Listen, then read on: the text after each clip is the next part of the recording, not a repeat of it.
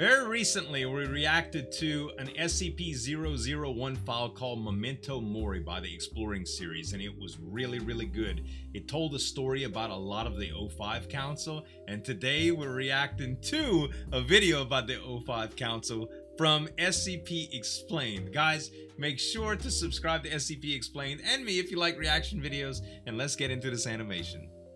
The SCP Foundation is the most powerful organization on planet Earth. Yes. Thanks to their cooperation with Easy. all world governments, as well as private organizations, Sure. front businesses, Like the and wealthy GOC. benefactors. They have truly unlimited funds. Their ranks That's include the where best the and money- brightest humanity has to offer, and even some minds outside the human race. Yeah. They have access to advanced and anomalous Dog. technology, from powerful dog weapons to memory-wiping amnestics, to state-of-the-art equipment that even Elon Musk could only dream of. That's right. And this is a If good Elon thing Musk too, since we could rely be on an them 05, to I contain think. thousands of anomalies and stay vigilant for thousands or even millions more. Correct. Everything from immortal lizards to supernatural sarkic flesh viruses to bona fide reality-warping demigods like the Deer, the Gate Guardian, and the legendary Scarlet King.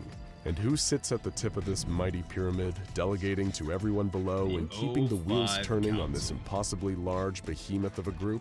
Of course, it's the O5 Council, a group of 13 humans with so much money and institutional power. They're the closest a non-anomalous figure can come to being a god. Right. Also commonly known as O5 Command, the Overseers, and the Overwatch. The People Overseers, below I level hear 2 referred clearance to at the often. Foundation have no idea who they are, or if they even actually exist. Those at level 3 and 4 know just enough to be terrified of them, Yeah. and little else. Between them, they know every single secret kept by a Foundation known for utmost confidentiality. Right. They are the hungry spider at the center of this web of monsters, magic, backstabbing, and espionage. Noticing even just the a little bit of tiniest of that too. vibrations on their silk strings. But it's Nothing about the kind of a O5 curse, Council too, is like simple we've or learned. straightforward. Of the information It's a out big there bird, and heavy available bird. about them, there's really no way to know just how much of it is intentional misinformation put out there to protect their secrets. protect their It's said that they anonymity. use complex layers of pseudonyms and body doubles. Some say that each number in the council actually represents several different people using the title.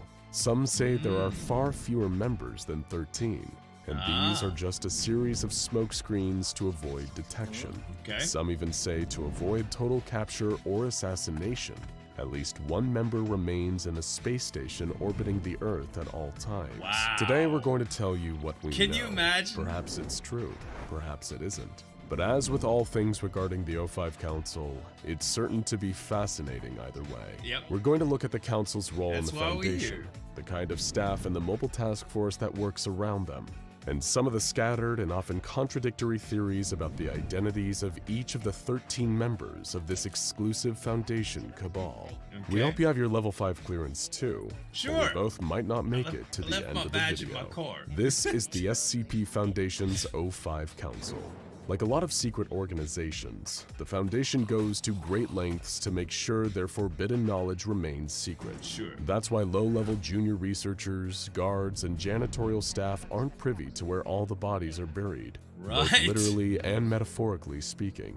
The Foundation has 5 levels of security clearance, and the O5 Council and their select staff are the All only the ones who way are at at the security level 5, also known as Thaumial Clearance. O5 Thaumial Council clearance. members are also considered Never Class A referred to that. Foundation staff, meaning Right. they are of critical value to the operations of the Foundation.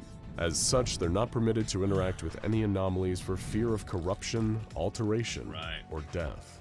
Well, Though, of course, except the seeing as Fountain they're the of most Youth. powerful people on Earth, they don't always follow their own rules That's on this right. one. In the event of an emergency, their evacuation and transportation to a designated safe zone becomes a top priority to all Foundation underlings. They'll use They anomalies if rarely, they have if to. ever, interact with the majority of the Foundation, instead favoring to use a vast network of messengers and go-betweens for Sure. security purposes. Much like the US Supreme Court, being a member of the O5 Council is supposed to be a lifetime appointment, and the death and/or replacement of a member of the O5 Council is considered a truly extraordinary event. Right. On occasion, There have been rumors of the O5 members performing power moves and killing their own colleagues to consolidate control. There's some This type of event crazy is thought to have stories. been the ultimate fate of Dr. Jack Bright's father, who supposedly ascended to the position of O5 in hopes of freeing his anomalous daughter from containment. Rumor has it that he was assassinated by his fellow council members and replaced for his trouble. While the O5 Council aren't meant to interact with any anomalies, this isn't always the case in practice. Just speculation. It's possible that members of the O5 Council make regular use of their access to SCP-006, a small well whose water has the ability to cure disease and imbue vitality, health, and longevity in anyone who drinks it. It's believed by some that as a precaution against such potential attacks from powerful reality warpers and CK-class reality restructuring events, each member of O5 carries a small charm made from the flesh of a deceased but immensely strong reality warper. This supposedly creates a pocket of dimensional stability around them wherever they go. While it's believed that all members of O5 Council are fundamentally human, it's possible or even likely that many of them have experienced anomalous alterations during their ascent to ultimate power. They're also said to surround themselves with a number of powerful, anomalous individuals for protection, which leads us nicely to our next point. Who works directly with the notoriously private and inaccessible O5 Council? Let's take a look. First, the O5 Council's muscle, Mobile Task Force Alpha-01, appropriately nicknamed the Red Right Hand. These are the best of the best, handpicked for both skill and absolute loyalty to the Council. They work with an extra layer of secrecy and accept their orders directly from O5. If the O5 Council decides it doesn't care for you, then the red laser dot that appears on your head an hour later is attached to the rifle of a red right-hand operative. This is a group with a checkered past, though. Many of their members are believed to have splintered from the group to form the Chaos Insurgency, a group in direct opposition to the Foundation. Though if you ever bring this up within earshot of a member of the O5 Council, your likelihood of going mysteriously missing shortly after is extremely high. But it takes more than just guns to keep the Foundation's mission moving forward. The figure who represents the interests of the O5 Council on the world stage is known simply as the Administrator. This mysterious, eccentric, and likely anomalous figure is the powerful mouthpiece of the Council, and it's a role that's been held by a number of people since the Foundation was first founded.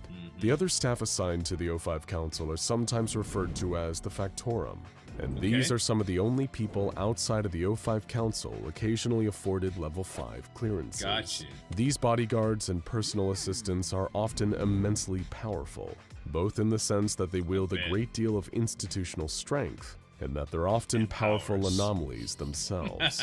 Don't expect just anyone to get elected to these positions after all. Only the very best get to work in close proximity to the O5 Council. So this leaves us with the big question. Who exactly are the O5 Council? The short answer is that we don't know for sure, and that the information we do have about the 13 most powerful people in the world is often contradictory and strange. First, we have O5-1, often considered the most powerful of the entire council. Many believe that O5-1 is one of the occult holdovers from the member organizations that first started the Foundation. And if that's true, O5-1 is likely to be at least 200 years old. They've been able to survive to this age thanks to magical or anomalous intervention.